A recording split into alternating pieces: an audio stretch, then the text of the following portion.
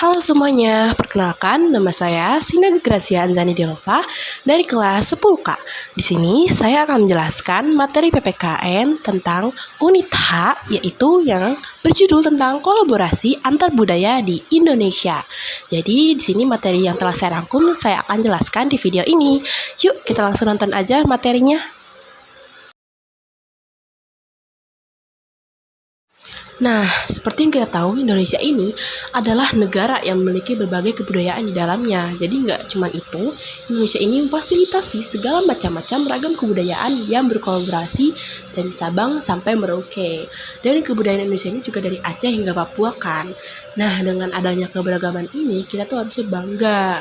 Contohnya nih, seperti para peserta BPUPKI. Di dalamnya kan ada 70 anggota. Dan pastinya berlatar belakang suku dan agama yang nggak sama dong.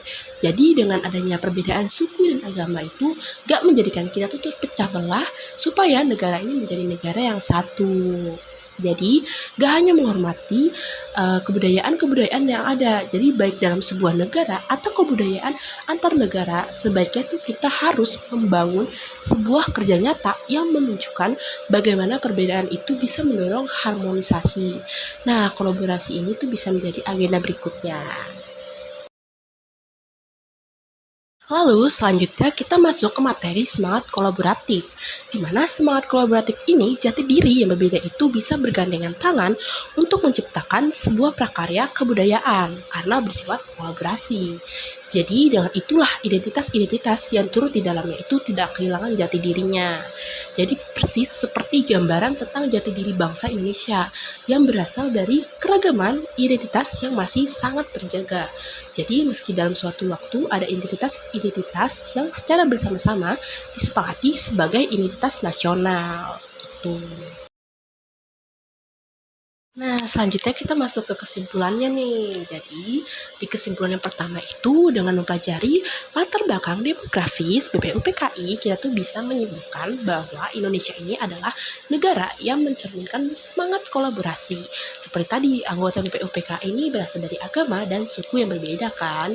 Jadi, bersepakat untuk membentuk identitas nasional yang tidak merefleksikan semangat kelompok, tapi juga sekaligus memayungi kebutuhan semua kelompok. Lalu kesimpulan kedua itu yaitu tindakan diskriminatif terhadap sesama anak bangsa yang membedakan suku, bahasa, golongan, dan agama. Jadi hakikatnya menyakiti diri kita sendiri. Jadi maksudnya itu tindakan diskriminatif atau membeda-bedakan anak bangsa seperti yang tadi disebutkan itu. Jadi sebetulnya itu terjadi kepada diri kita sendiri atau sedang terjadi menyakiti diri kita sendiri. Begitu penjelasan dari unit 3 yaitu yang unit H. Semoga tentang perbedaan-perbedaan ini kita bisa saling menghargai satu sama lain, satu sama bangsa Indonesia. Sekian penjelasan materi saya rangkuman PPKN hari ini. Mohon maaf bila ada kesalahan kata atau penjelasan yang belum jelas untuk diutarakan. Sekali lagi terima kasih dan sampai jumpa.